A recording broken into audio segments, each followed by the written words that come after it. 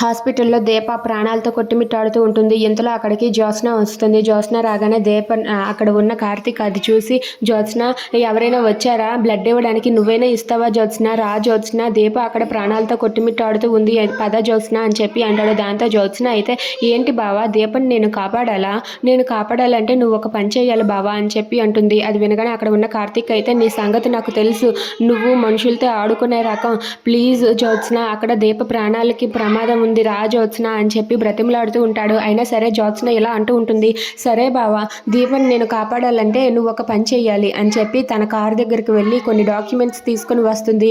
ఇక అవి ఇచ్చి కార్తీక్ని దాని మీద సంతకం పెట్టమంటుంది. దాంతో కార్తీక్ అయితే అది చూసి ఒక్కసారిగా షాక్ అయిపోతాడు. ఏంటి జ్యోత్స్న ఇది, ఇవన్నీ బ్లాంకే, ఇవి ఏం పూర్తి చేసి లేవు, అసలు నువ్వేం మాట్లాడుతున్నావు, ఇవి ఖాళీ వాటి మీద ఎలా సంతకం చేయగలను అని చెప్పి అంటాడు. అందుకే బావా, వాటిని నేను తర్వాత ఫుల్ చేసుకుంటాను, నువ్వు ఇప్పుడు సంతకాలు చేసే చాలు, అలా అయితే నేను దీపను కాపాడుతాను బావా అని చెప్పి అంటుంది. అది వినగానే కార్తీక్ ఒక్కసారిగా షాక్ అయిపోతాడు.